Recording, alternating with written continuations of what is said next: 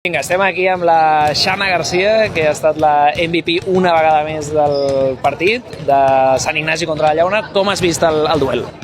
A veure, al principi hem començat molt dures nosaltres, hem començat molt intenses i amb molta energia. Després ens hem anat rebaixant una mica i ha començat a estar més igualat i més tens i tot, que això també és el guai, que estigui més equilibrat i tot. I llavors, clar, al final ja també hi havia més emoció, més motivació per anar totes i tal. I llavors a mi el partit m'ha agradat bastant, l'he disfrutat.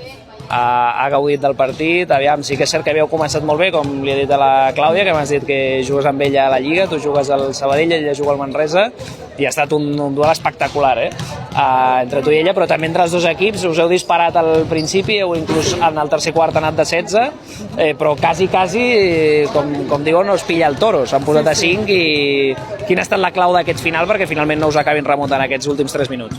A veure, han ficat bastants triples seguits que de cop ens hem quedat en plan, hòstia, però crec que ens hem donat compte i hem pogut anar més motivades i anar més conscients de que hòstia, ens estan atrapant i tot, llavors hem anat més a totes. Sant Gabriel o Joviat, següent duel? Què, perdona? Sant Gabriel de Sant Adrià o Joviat de Manresa, què prefereixes per les semifinals?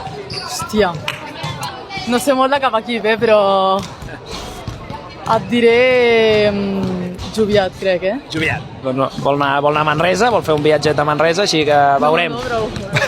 Veurem què passa a les semifinals, ja sou semifinalistes, enhorabona. Merci. I a gaudir. Merci, moltes gràcies.